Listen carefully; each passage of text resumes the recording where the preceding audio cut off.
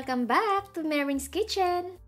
For today's recipe ay gagawa tayo ng napakasarap na dessert. Hindi ko po akalain na ganito pala kasarap itong salad na to. Kaya naman isi-share ko na sa inyo kung papaano gawin ang napakadaling salad na ito na kung tawagin natin ay Ube Jelly Salad Supreme. Narito na po ang mga sangkap na ating kakailanganin at umpisahan na natin ang paggagawa ng dessert na ito. Sa ating kasirola ay maglagay lang tayo ng 5 to 6 cups of water. Pero ako po ay 5 cups lang po ang aking gagamitin na tubig dahil gusto ko po sa aking gelatin ay yung medyo makunat po siya.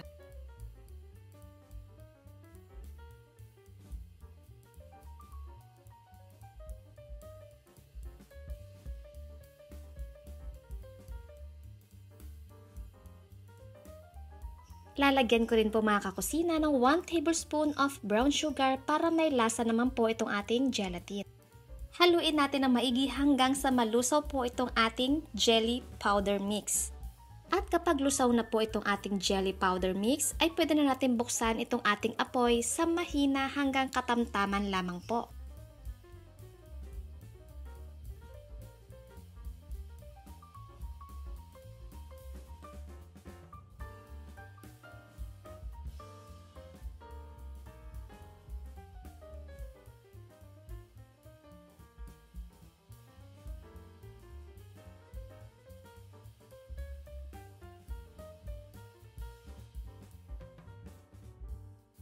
Lutuin lang natin ito mga kakusina hanggang sa ito ay malapit ng kumulo.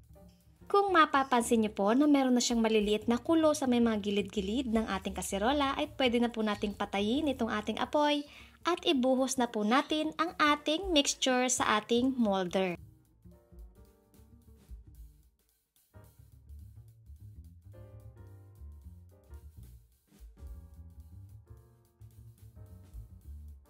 Ingat lang po mga kakusina sa pagbubuhos nitong ating mixture dito sa ating molder.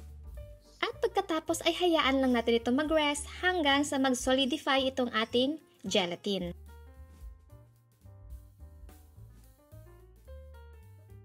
Kapag nag-set na po itong ating gelatin at malamig na rin siya, ay pwede nyo na po itong i-slice mga kakusina into your desired cuts and sizes.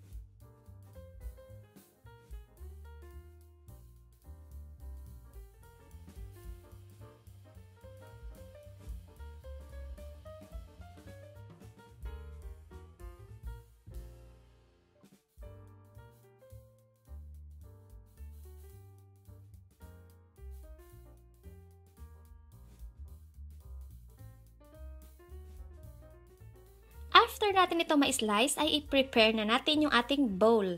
Sa ating bowl ay pagsamasamahin lang natin ang mga sumusunod na sangkap.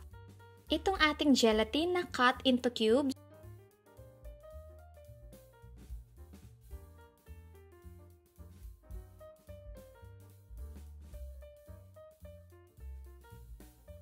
And then ang ating 1 can of drained whole kernel corn.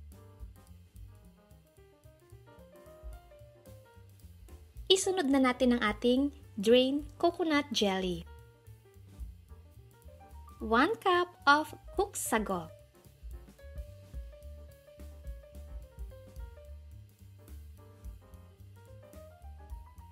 Ilagay na rin natin ang ating chilled all-purpose cream. Kahit anong brand mga kakusina ay pwede. And last but not the least ay ang ating ube makapuno flavored condensed milk. Hindi ko po ito ilalagay lahat mga kakusina, kalahati lang po ang aking gagamitin. And then, i-mix lang natin ito ng maigi hanggang sa mag-incorporate lahat ng sangkap.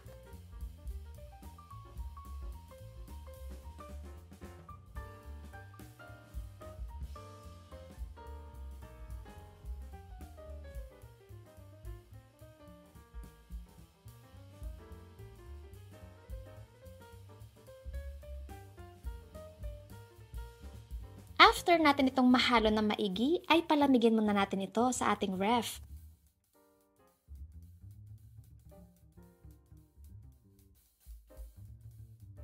At heto na po ang ating napakasarap na dessert na pwede ring pang negosyo mga kakusina, ang ating ube jelly salad supreme.